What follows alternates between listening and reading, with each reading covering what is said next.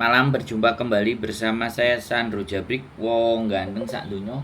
Mohon untuk tidak Bukan, menyebutkan nama dan identitas dalam percakapan ini karena percakapan ini saya naikkan dalam konten YouTube. Gimana Mbak?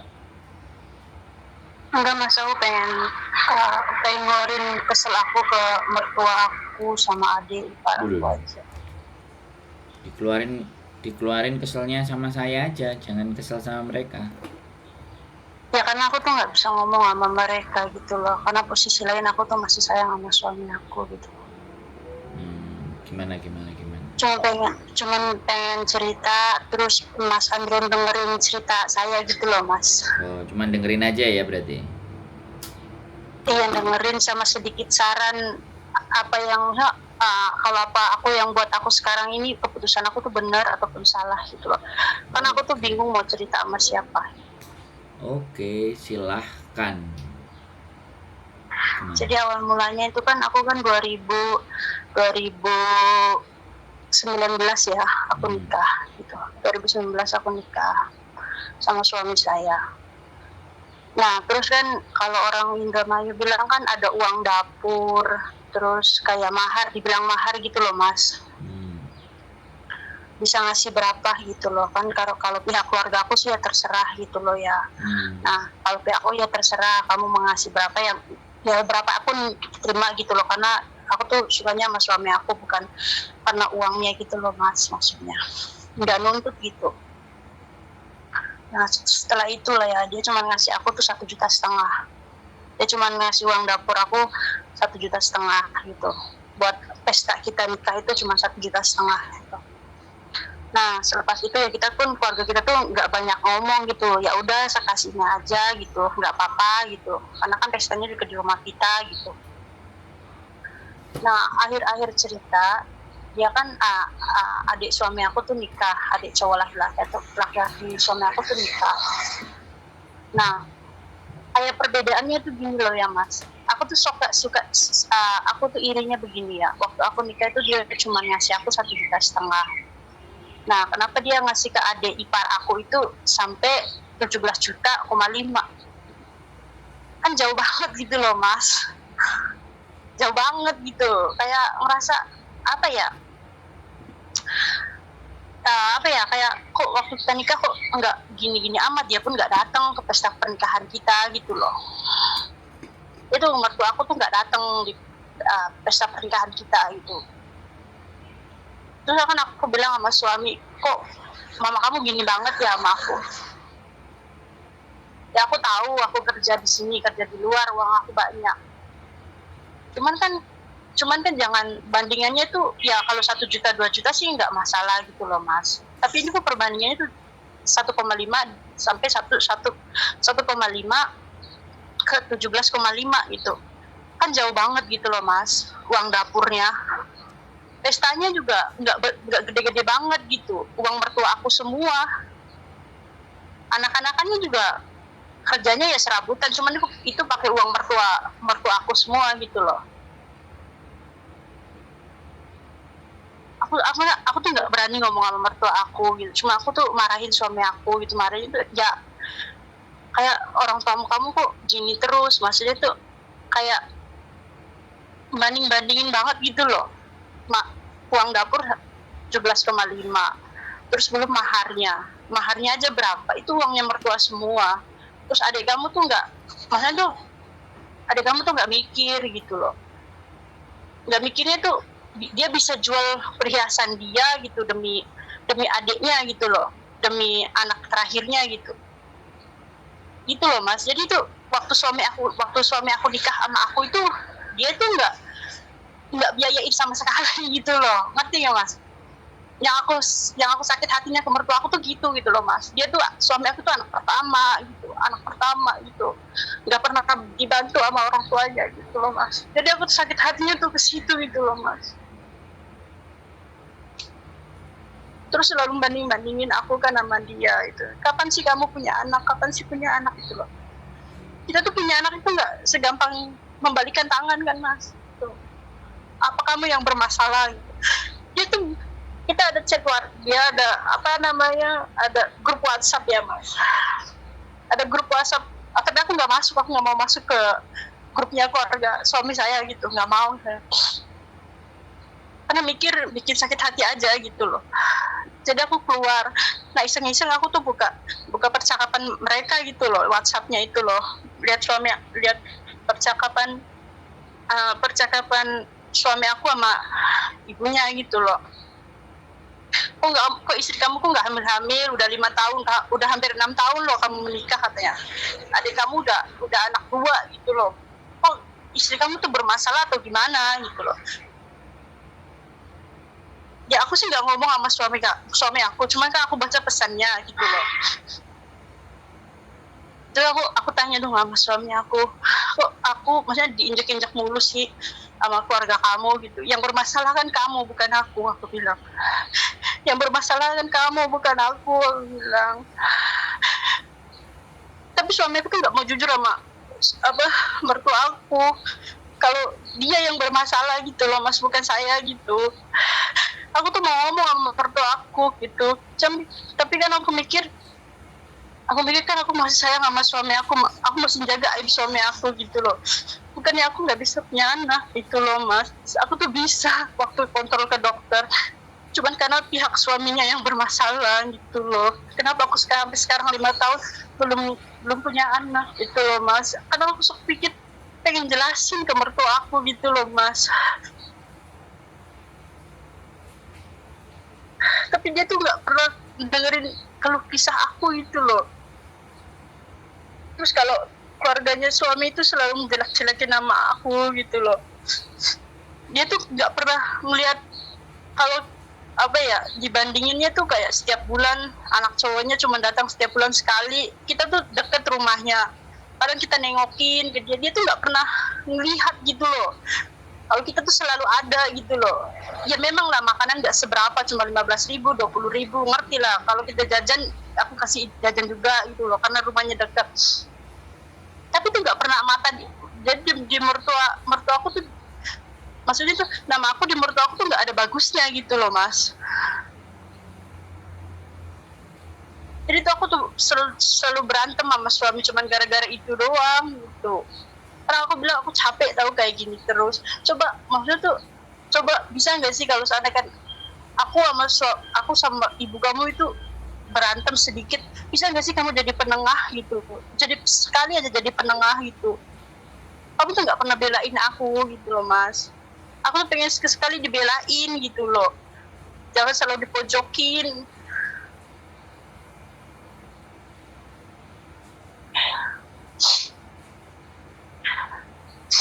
Udah itu aja lah mas. Udah ya? Udah itu aja. Gak ceritain semuanya lagi, wes cukup? Kalau ceritain mah banyak mas. Jadi aku cuma keluh kesahnya tuh kenapa selalu bilang perempuan yang bermasalah, kenapa susah punya anak perempuan ini itu, padahal kan bukan semua perempuan yang bermasalah, ada laki-laki juga yang bermasalah gitu loh.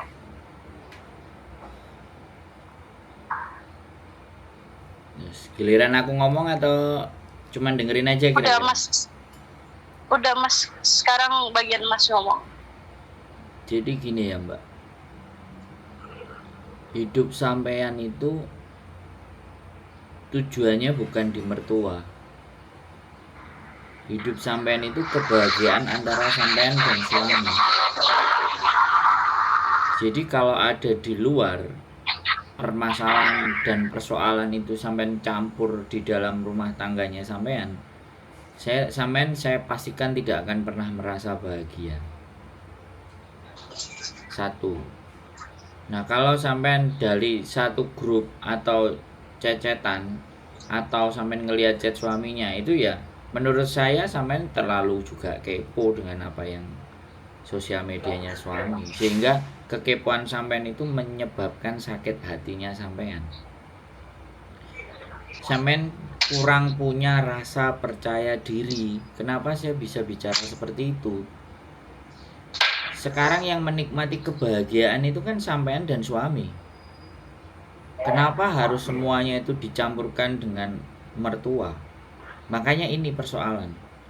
Jadi kalau sampean sudah berkeluarga, ya berkeluargalah. Kita nggak bisa menolak suami kita, ya suaminya sampean itu punya orang tua, itu tidak bisa kita tolak. Tapi yang bisa kita lakukan kalau dia berurusan dengan orang tuanya, ya sudah, silahkan dia berurusan dengan orang tuanya. Sampean harus membawa suami sampean untuk ke area di mana sampean bisa menikmati kebahagiaan dengan suami. Makanya kenapa sih kalau orang sudah berumah tangga, ya sudah, ya kan, jauhkan hal-hal yang dimana itu membuat sampean tidak merasa bahagia. Suara saya masih bisa didengar dengan baik dan benar, Mbak? Nah, sekarang mindsetnya sampean sudah disetting yang berubah.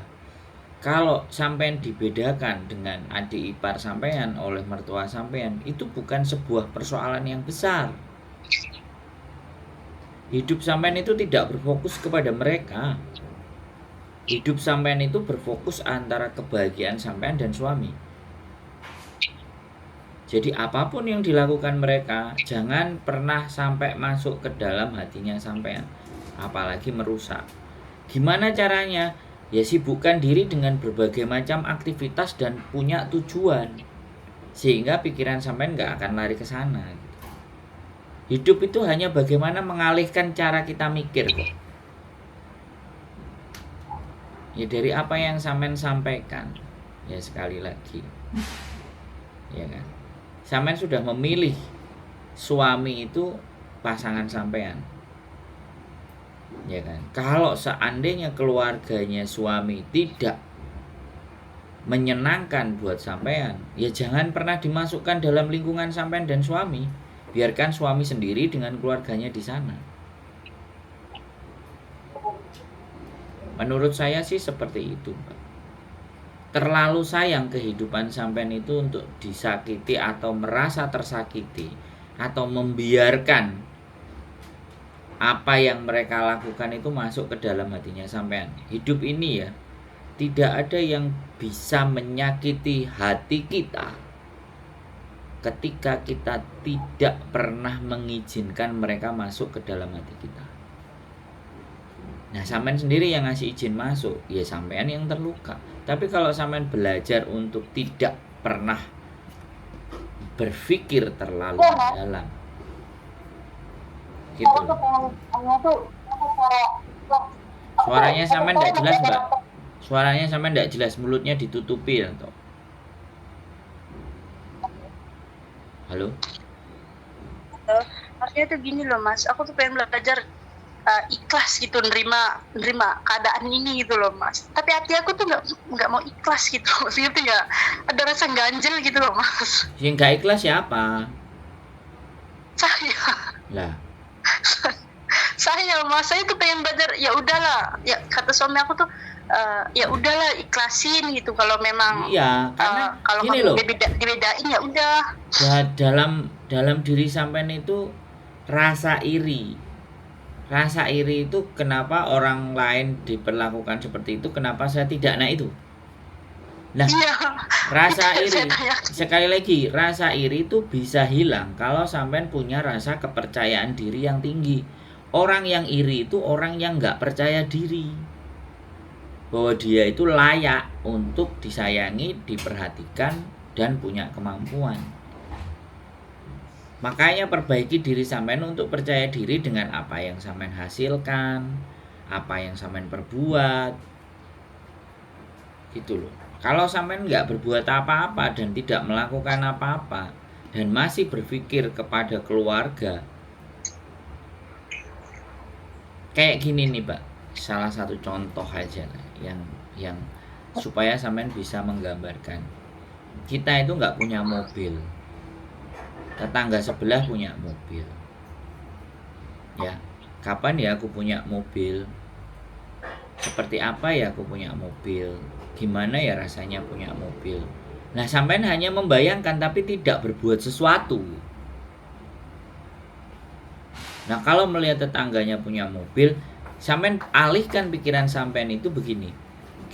Gimana ya jualanku supaya laris? bagaimana ya aku harus mengembangkan usahaku ini supaya untungnya 2-3 kali lipat. Jadi pikirannya yang dirubah itu bukan ke mobilnya, ke mobil tetangganya, tapi gimana strategi apa yang harus saya lakukan untuk membuat kualitas hidup saya itu jauh lebih baik. Itu jadi dialihkan. Kayak saya nih kan, saya konten kreator ya, saya YouTuber. Banyak YouTuber yang subscribernya naik dan semuanya tinggi akibat dari suka marah-marahin, suka ngamuk-ngamukin, menyebar sebuah kebencian, memaki-maki orang, misalnya ini contoh. View-nya jauh lebih bagus. Tapi saya tetap di dalam pendirian saya. Saya tidak mengikuti cara itu. Saya punya cara sendiri. Akhirnya kita punya warna sendiri. Sampean juga. Kalau sampean bisa menikmati waktu. Oke, contoh sederhana. Sampean sama suami. Misalnya. Ya kan? Makan mie ayam bersama. Terus difoto. Dibikin reel. Dibikin TikTok. Blokirin semua yang memang menjadi toksik buat sampean. Unfriend, unfollow semuanya, biar sampean tidak pernah melihat apa yang mereka lakukan kepada sampean. Kayak gitu. Memang mereka sengaja. Bisa jadi kalau mereka melakukan itu dan sampean merasa terintimidasi, mereka itu sengaja ingin membuat rumah tangga sampean jadi tidak pas, apalagi sampean sering marah-marah ke suami. Bagaimanapun mereka adalah keluarganya suami. Ya, yang punya mereka bisa mengenal suami sampean itu jauh sebelum sampean bisa mengenal suaminya sampean. Tapi suami sampean kan milih sampean untuk jadi pasangan hidupnya. Ya sudah, nikmati kebahagiaan itu, jangan dicampur adukan dengan urusannya keluarga. Makanya banyak saya sebenarnya kepingin membuat sebuah konten di mana di saat kalian ingin bahagia dan tidak dicampuri oleh saudara, mertua dan apapun, tinggallah jauh dari tempat asal kalian. Biar kalian benar-benar berdua merasa mandiri. Saya sama istri saya juga begitu. Kami benar-benar merantau dan kita tinggal jauh dari keluarga. Sehingga segala sesuatu ya kita putuskan sendiri, kita harus berjuang sendiri. Saya orangnya nggak peduli, saya tinggal di rumahnya mertua saya ya kan. Mertua saya ada 2, laki sama perempuan. Nah yang perempuan rumahnya beda, yang laki-laki juga beda. Tapi saya tidak pernah memperdulikan itu. Intinya mereka adalah orang tua istri saya. Kalau saya datang ya saya datang. Kalau saya ada kesibukan, saya ngomong istriku, aku sibuk, aku ada kerjaan. Ya kamu mau ke sana silahkan, nanti tak jemput. Di awal-awal saya berumah tangga pun sama, ya kan. Saya ngotot, ngeyel. Ya saya memang orangnya tukang bangkang. Tapi lama-lama tak pikir, kok ya aku yang egois ya, kok goblok. Aku ngegas.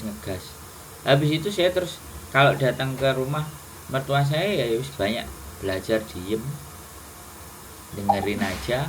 Kalau nggak pas apa yang saya denger ya aku pergi kan. Kalau nggak sesuai dengan apa yang aku dengerin ya udah aku pergi. Dan itu pun sekali-sekali karena kan kita di Hong Kong tinggalnya, keluarga kita di Indonesia. Nah begitu ceritanya Mbak E. Salah satu cara ya kita memang pergi, menyingkir. Bukan artinya pergi itu artinya negatif, bukan. Tapi kita mencoba mencari ketenangan sendiri. Menurut saya sih seperti itu. Itu salah satu faktor. Sosial media hapus. Saya pun kalau dibicarakan sama tetangga di rumah mertua saya, mantune Pak Noi ora tau gumbul karo wong. Nah, saya nggak pernah mau pikirin. Ya kan? Saya selalu mau nongkrong di warung kopi sebelah, oke, saya jalan di sebelah, oke. Nah, ini perbedaannya laki-laki dan perempuan. Perasaan.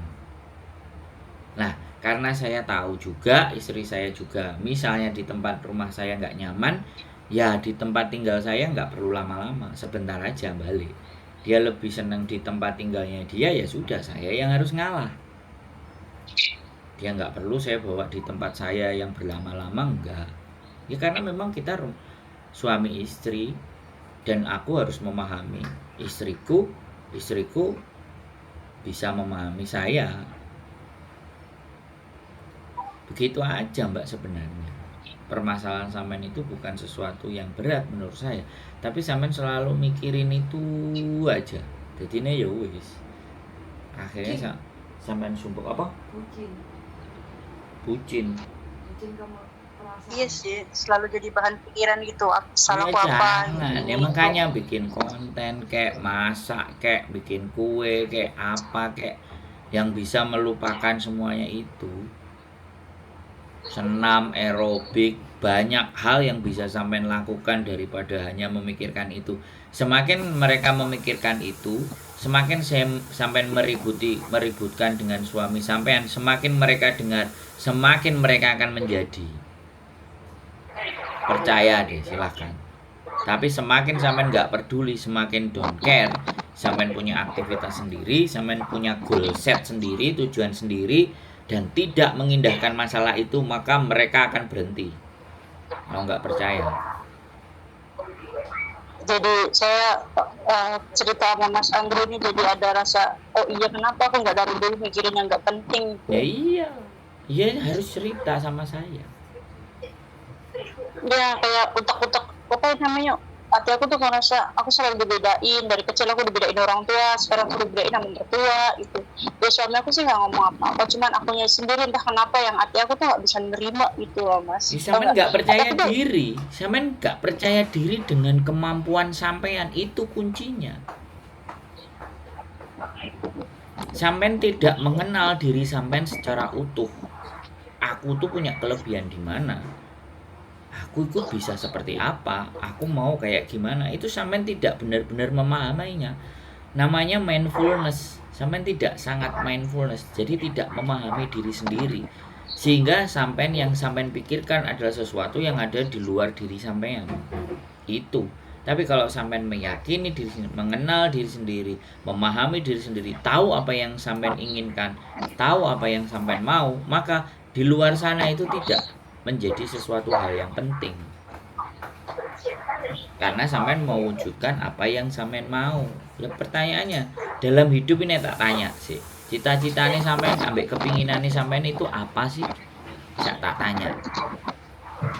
Nggak tahu, cita-cita aku nggak pernah. Aku cita-cita aku tuh kayak hidup tenang gitu, nggak usah banyak orang ya banyak cita-cita gitu. itu jangan yang abstrak. Cita-cita itu kayak misalnya kalau sampean tanya ke saya, apa cita-citanya sampean Mas Andrew? Cita-cita saya mau jadi eksportir dan importir.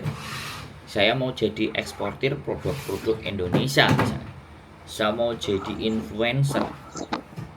Maka fokus cara berpikir saya kan untuk mencapai itu. Lah nek sampean nggak ditanya, oke, saya ini nggak usah cita-cita. Dalam 3 bulan ke depan apa yang sampean inginkan dalam hidup sampean? Kira-kira. Pengen hamil Mas. Nah, kalau pengen hamil berarti ya usaha. Jangan sampai kata adik saya gini loh, adik saya ini ngomong, adik saya sendiri. Saya itu kalau dikata-katain sama orang itu kan tak inget-inget. Adik saya tuh bilang kayak gini, kamu itu kurang kerjaan, ngapain kata-kata orang kamu dengerin? Yang kamu dengerin itu kata-kata hatimu sendiri, bukan kata-katanya orang.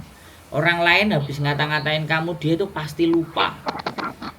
Kalau nggak percaya, hari ini kamu dikata-katain, kamu ngomong sama mereka 6 bulan, 7 bulan, kamu dulu tuh pernah ngata-ngatain aku loh. Kapan sih? Loh, kapan sih aku pernah ngomong? Pasti akan jawabannya kayak gitu. Yang dikata-katain itu ngingetin sampai ulu hatinya, pikirannya yang dalam. Yang ngatain itu loh udah nggak inget dia ngatainnya apa. Kan artinya kita sendiri yang,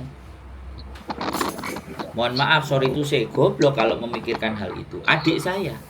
Makanya adik saya itu sudah mencapai pendidikan tertingginya umur 28, sedangkan saya sampai 33 itu masih muter-muter nyari hidup saya kemana.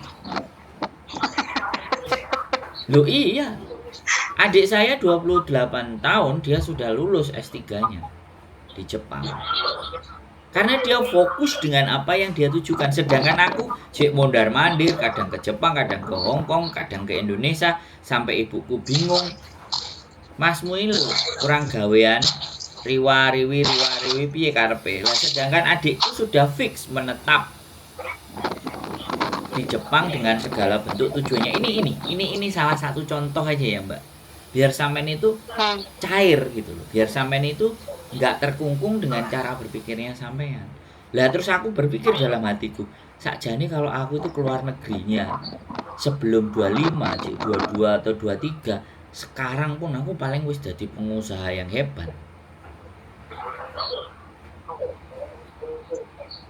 Gitu, Mbak.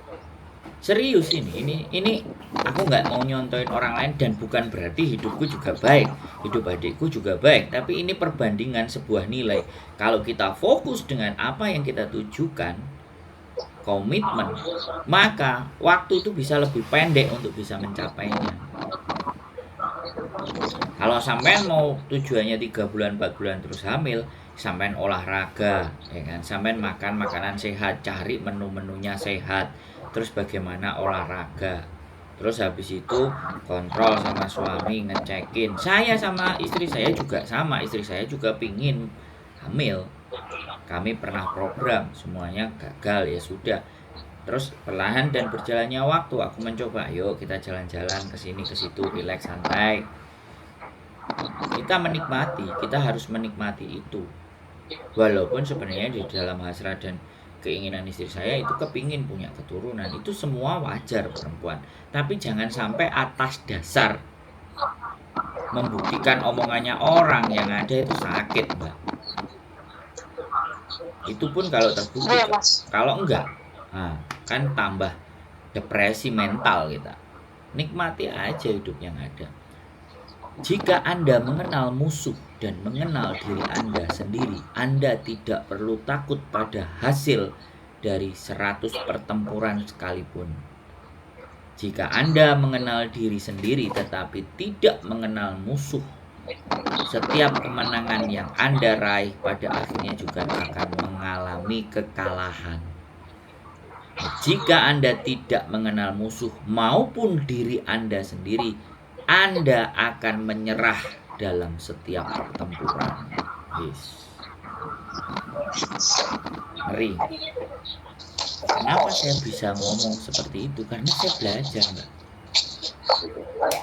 Memperbanyak isi kepala saya dibandingkan hanya mendengarkan apa yang mereka omongkan. Memang iya sih ya, kalau dipikir-pikir apa kata Mas Andro, ngapain tuh kita ngurusin hidup orang. Orang saya nggak pernah ngurusin kita gitu, karena aku pikir ngasih duit cuma 1 kata juta. suami saya sih ya, dengerin aja, nggak usah diambil arti. Nggak usah didengerin bila perlu.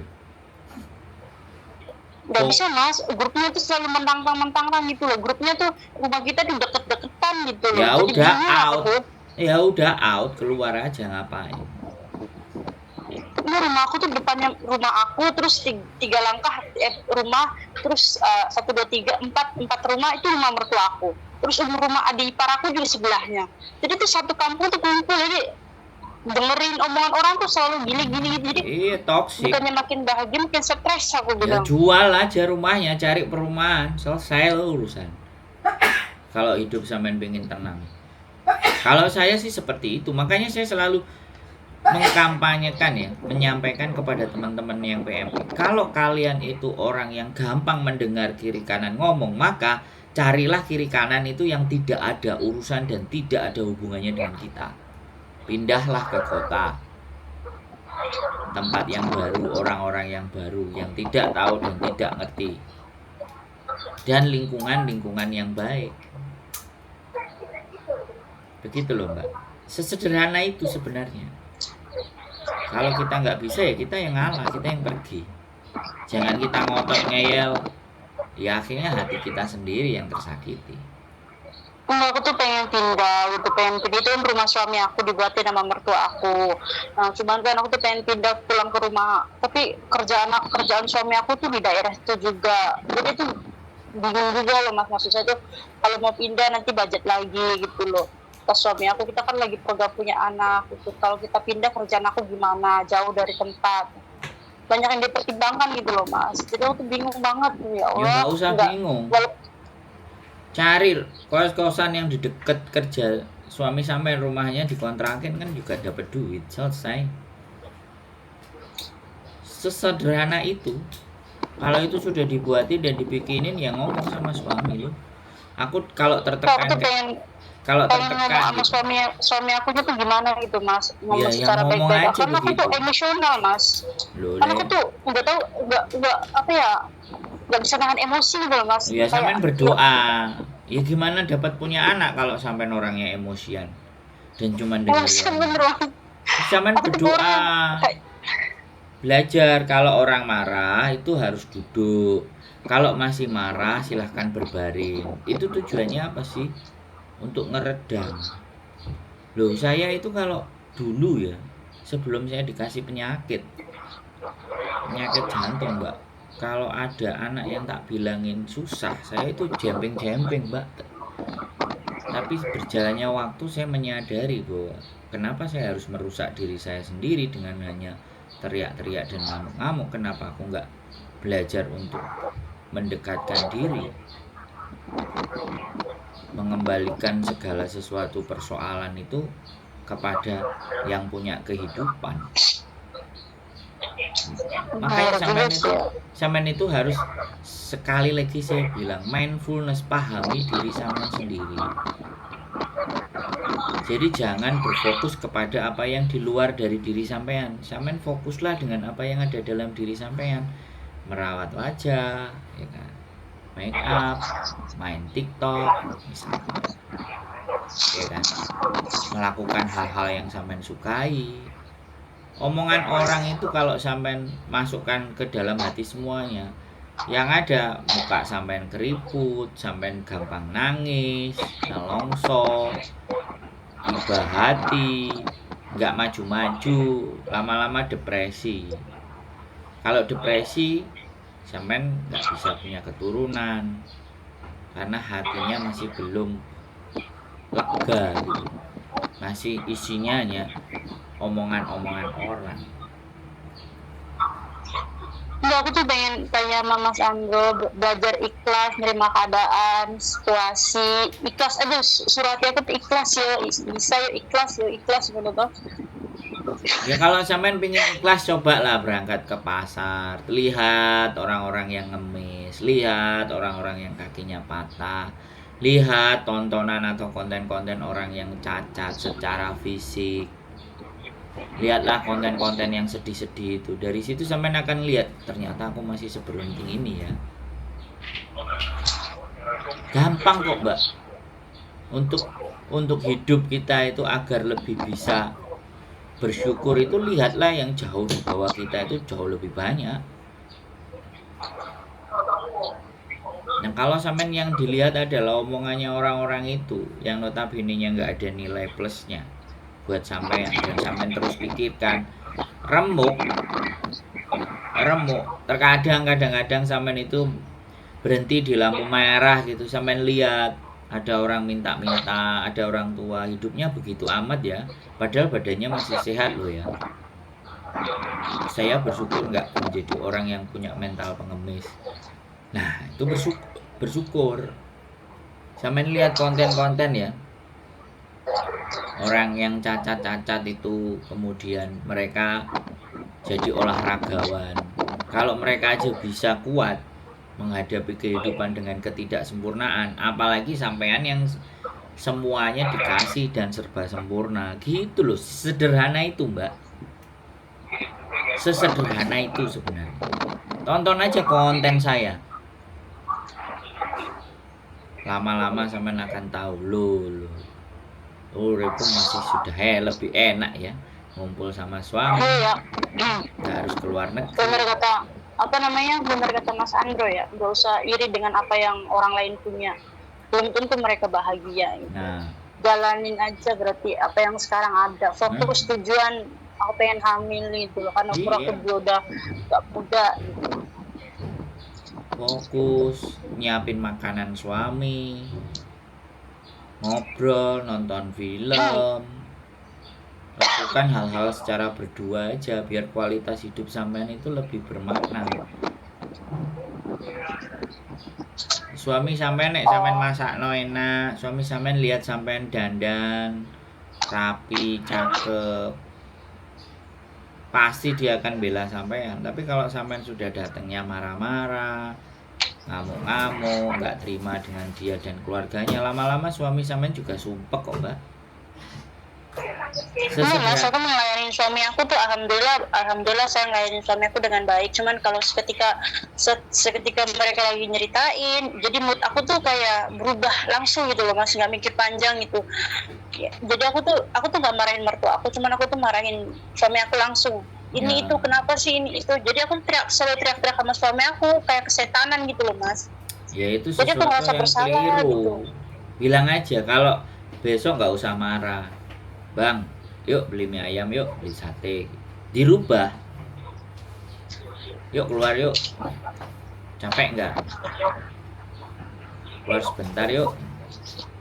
Gitu Mbak. Sampean harus bisa pandai-pandainya mengalihkan emosi dan kemarahan sampean. Serius tuh. Kemarahan yang berlarut-larut sampean akan lanjutkan.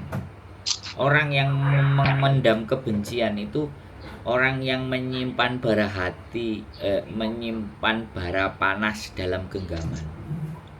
Yang tersakiti itu akan sampean sendiri. Kalau nggak percaya bukti. Ya udah Mas, gitu aja ya Mas. Makasih, aku mau masak. Oke.